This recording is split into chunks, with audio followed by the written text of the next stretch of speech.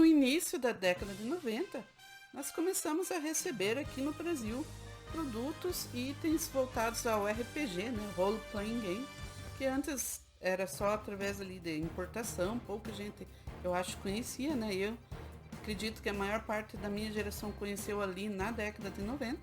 Produtos aí como livros, né, os próprios jogos de Dungeons and Dragons, Advanced Dungeons and Dragons, livros-jogos pela editora Abril, revistas voltadas ao público do RPG, né, como a Dragão Brasil. Já falei um pouco sobre essas revistas da Dragão Brasil e livros-jogos aí em outro vídeo aqui do canal, que você pode dar uma olhada. E hoje vamos relembrar um card game, e foi o primeiro que eu conheci. Ele foi criado como concorrência ao Magic, né, Magic, que é o jogo mais popular aí de cartas até hoje, mas não sei se no Brasil chegou primeiro com a tradução da editora Abril. Estamos falando de Spellfire, o poder da magia, lançado aqui pela editora Abril. Bem-vindos, eu sou a Van. Pegue aí o seu deck, prepare aí sua ficha de personagem, porque hoje nós vamos relembrar de Spellfire, o poder da magia. Spellfire foi lançado aqui no Brasil pela editora Abril aí na metade da década de 90, né? Eu me recordo de jogar isso lá por meados ali de 95, 96, não lembro exatamente a data, né? Mas foi por aí que chegou aqui. Eu não lembro de ter visto Magic antes, as cartas de Magic, né? Então, eu recentemente aqui o meu primo Marcelo, que eu jogava esse jogo aqui, o Spellfire, né? Com os meus primos Marcelo e meu primo Patrick. Abraço aí os dois, eu acho que eles ainda têm as cartas. E o meu primo Marcelo me emprestou aí o deck que ele encontrou recentemente. Ele colocou uma foto lá no nosso grupo, né, de WhatsApp. Olha, vamos jogar uma partida aí. O Spellfire era um jogo de cartas que foi lançado aqui pela editora Abril com um deck de 55 cartas, né, para cada jogador. Então, para você jogar, o mínimo ali seriam 110 cartas, né, devido ali, claro, para você jogar em duas pessoas, cada um com 55 cartas. E aí você colecionava. Eu encontrei uma imagem. Então nós jogávamos em 3 pessoas, geralmente, né? Era mais comum jogar com meus primos Patrick e Marcelo. Às vezes o meu outro primo Marcelo também, acho que jogou algumas partidas. Mas era muito comum em 3 pessoas, né? Então eram decks de 55 cartas. Eu acho que foram lançadas em torno de 400 cartas aqui no Brasil, entre esses eventos. E é muito parecido com o Magic, aí, para quem já conhece, só que um pouquinho mais simplificado. Inclusive, muitas cartas depois que pararam de ser lançadas, nós mesmos usamos algumas cartas repetidas. Aqui não sei se vou conseguir focar, mas nós criamos alguns textos. Nós tínhamos cartas aí de personagens, reinos, artefatos repetidos, que nós mesmos criamos alguns textos para termos cartas novas, né? Porque a editora Abril ou parou de lançar ou não chegou aqui na nossa parte, aqui na nossa cidade, né? Isso não tinha uma distribuição, acredito que tão grande ali na época, fora dos grandes centros. Eu encontrei aqui também o manual. Vamos dar uma olhada aqui então, rapidamente, no manual de Spellfire, o poder da magia. É uma criação de 94 nos Estados Unidos, agora não me recordo se chegou no Brasil em 94, 95, né? Vou passar rapidamente e já vamos entrar aqui nas cartas, que é o que nos interessa na nossa sessão nostalgia, e quem jogou vai lembrar de algumas dessas cartas. Então aqui, este era o manual, né, que vinha junto com as cartas. Começando a jogar, então um baralho aqui de Spellfire contém 55 cartas, uma combinação, né, uma mistura de reinos, fortalezas, campeões, aliados, eventos, feitiços e itens mágicos. Esta composição precisa variar em cada baralho, em cada deck, né, que você monta, não contendo mais de 15 reinos e 20 campeões. Então existe um limite. Isso estamos falando do jogo básico, tá? Não estamos falando de campeonato e de jogos profissionais. Eu não sei se isso ocorreu aqui no Brasil, como nós temos hoje aí no Magic, né? Muitas cartas têm poderes especiais. Quando a habilidade de uma carta contrariar as regras, a carta tem precedência. Então a carta vai ter prioridade. Então você monta o seu deck, né, conforme o seu estilo de jogo, conforme as cartas que você tem, obviamente, tentando montar ali um deck o mais forte possível, né? Eu confesso que eu não jogava tão bem assim, eu jogava mais para me divertir, eu gostava da parte do RPG, principalmente das cartas de Forgotten Realms, né, que são cartas baseadas no Dungeons and Dragons. Nós já vamos ver aí com calma algumas cartas icônicas aí. E dificilmente eu ganhava alguma partida lá entre nós três, mas eu me divertia muito também da mesma forma. Então nós temos aqui algumas definições rápidas do jogo, né? Os aliados, os artefatos, a batalha, como funciona, né? Um campeão, as cartas unidas, os clérigos, que são, no Spellfire nós temos feitiços de mago e de clérigo, né? Que são feitiços diferentes. As fortalezas, os heróis, os itens mágicos, os magos, né? Os monstros, mortos-vivos.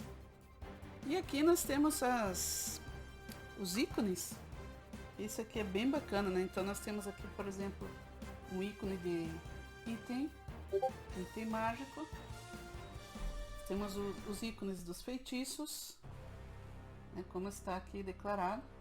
E aí a definição, né? de cada carta. Então nós temos o herói, o mago, né? O feitiço de mago, o mago, clérigo, feitiço do clérigo, o monstro, o aliado, o reino, que é o mais importante, fortaleza, item mágico, os artefatos e as cartas que são evento. A partir daqui, nós temos algumas definições ali sobre como funciona, né? Cada partida, cada round, né? Os turnos. E aqui eu só vou mostrar como funcionava o turno, né? Para vencer o jogo, você precisaria ter 6 reinos baixados, né? Em cada turno você podia baixar um reino, mas esse reino, claro, era também atacado e destruído pelos adversários. Então, o primeiro a conseguir montar um reinado com 6 reinos, 6 cartas de reinos sem serem destruídas, era o vencedor do jogo. E a partir daqui, você montava o resto, né? Você tinha os campeões, os heróis, os monstros, que utilizavam feitiços, artefatos e itens para atacar os reinos dos outros jogadores e defender os seus reinos, né? Obviamente. Então dependia de como você poderia ter um estilo de jogo mais ofensivo, mais defensivo, né? Mas esse era o básico do jogo. E aí, claro, você tinha a estrutura do turno, né? Para você comprar carta, baixar suas cartas, atacar o adversário, utilizar seus itens e artefatos, né? E aqui tem uma coisa muito legal que eu comentei, regras opcionais, que era o que nós fazíamos sem ter toda essa consciência ali na época.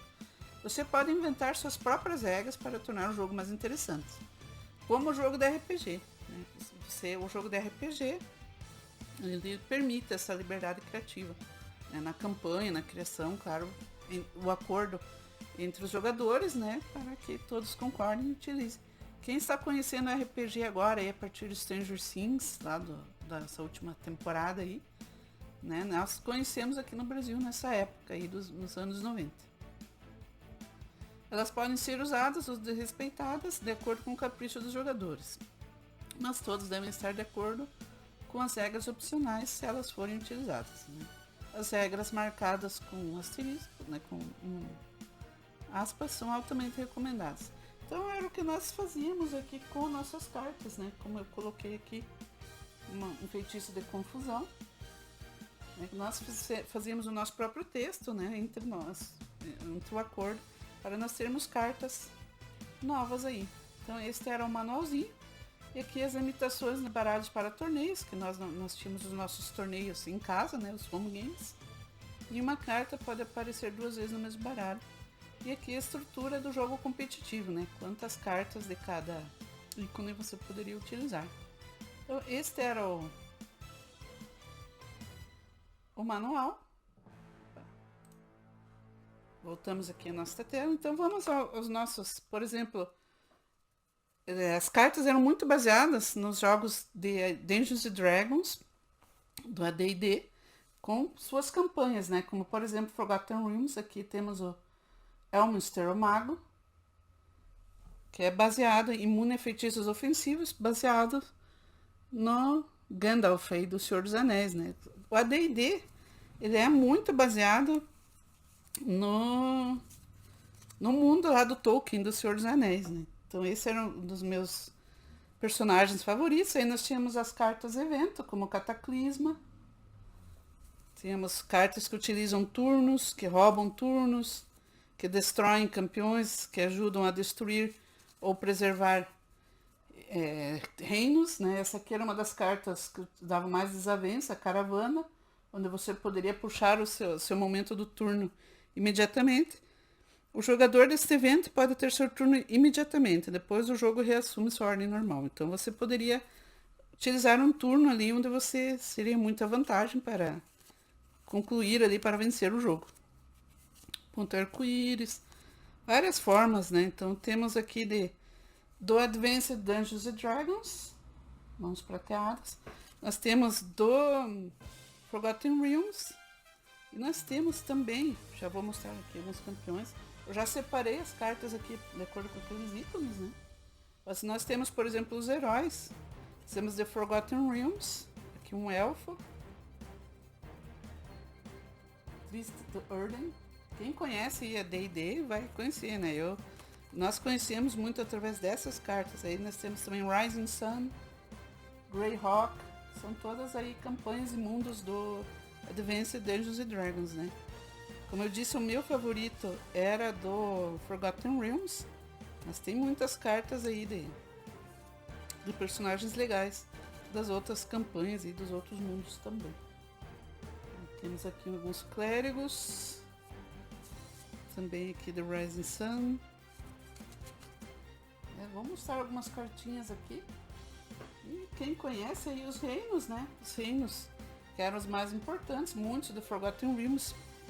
Castelo Daggerspears, Charcos Elevados, Heaven's Bluff, Maison Berranzan. Esse aqui eu lembro bem de jogar com ele. Algumas cartas estão mais desgastadas, outras menos. Lugares icônicos aí, né? Quem conhece as campanhas aí, os mundos, vai reconhecer, né? Shadowdale. Lembra muito aí da Terra-média, né?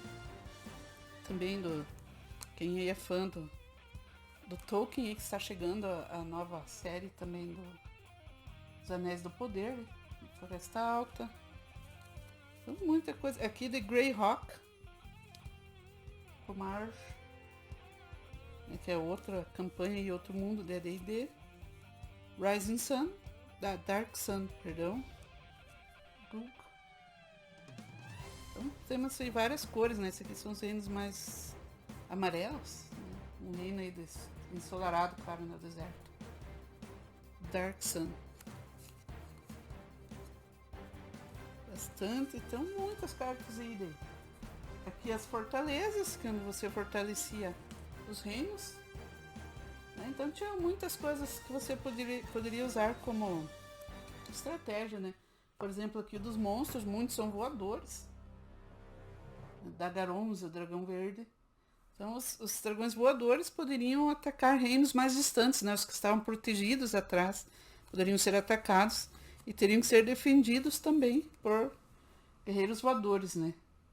Smolder, o dragão vermelho. Então os dragões aí no mundo do Tolkien e do AD&D são alguns dos seres aí mais criativos, né? Mais icônicos e mais lendários. E Dormir, o dragão vermelho, muitos dragões vermelhos, né? Por causa do fogo, né? Claro, dragões de fogo. Quem conhece também aí o RPG, muita gente conheceu alguma coisa do desenho do Caverna do Dragão, né? Que é o Dungeons and Dragons. Aqui nós conhecemos como Caverna do Dragão. Isso aqui são cartas aliadas, né? Que fortaleciam os heróis e os monstros. Alguns só com níveis, né? Com maior ataque. Outros com mais alguma habilidade, né? Os Ents da Floresta Antiga. Os Ents, claro, né? Senhor dos Anéis. Mas tem muitos aqui que eu achava cartas, inclusive a arte muito bonita, né? Aqui um galeão elfo. Então eu gostava muito da arte, assim, eu gostava mais dessa parte lúdica, né? Do RPG, das aventuras. Inclusive eu falei antes do Stranger Things, quem conheceu aí o RPG através lá do Stranger Things, inclusive nessa última temporada, Nós temos aqui a Mãos e Olho de Vecna. Quem lembra aí do Vecna é o grande antagonista aí dessa quarta temporada do Stranger Things. Então veio diretamente aí do AD&D, né? Do Dungeons and Dragons. Como eles já fizeram nas outras temporadas também, né? Utilizaram dragões e monstros, os monstros lá do Stranger Things das primeiras temporadas também vem muito ali do Dungeons and Dragons. Né? Então, eu estava relembrando aqui, gostava muito aí de Spellfire. Deixei de novo um abraço para os meus primos com quem joguei muito aí, e o Marcelo que me emprestou esse baralho para mostrar aqui. Fiquei uma última aparição aqui do Elminster o Mago, que eu achava muito bacana. E relembrei, comente se você também jogou, se você curtia o Spellfire. Depois eu joguei um pouco, também tive um baralho maior de Magic, que eu joguei lá com o meu primo Marcelo já mais pra frente. Mas não continuei, né? E hoje não tenho, infelizmente, essas cartas aqui comigo. Mas pude mostrar aí pra vocês. Mais essa sessão nostalgia, né? Como o RPG está em alta aí, com o Stranger Things, muita gente está conhecendo. Então está aí, Spellfire, o poder da magia. Obrigada a você que assistiu o vídeo até aqui. Beijo no coração de todos. Até o próximo vídeo.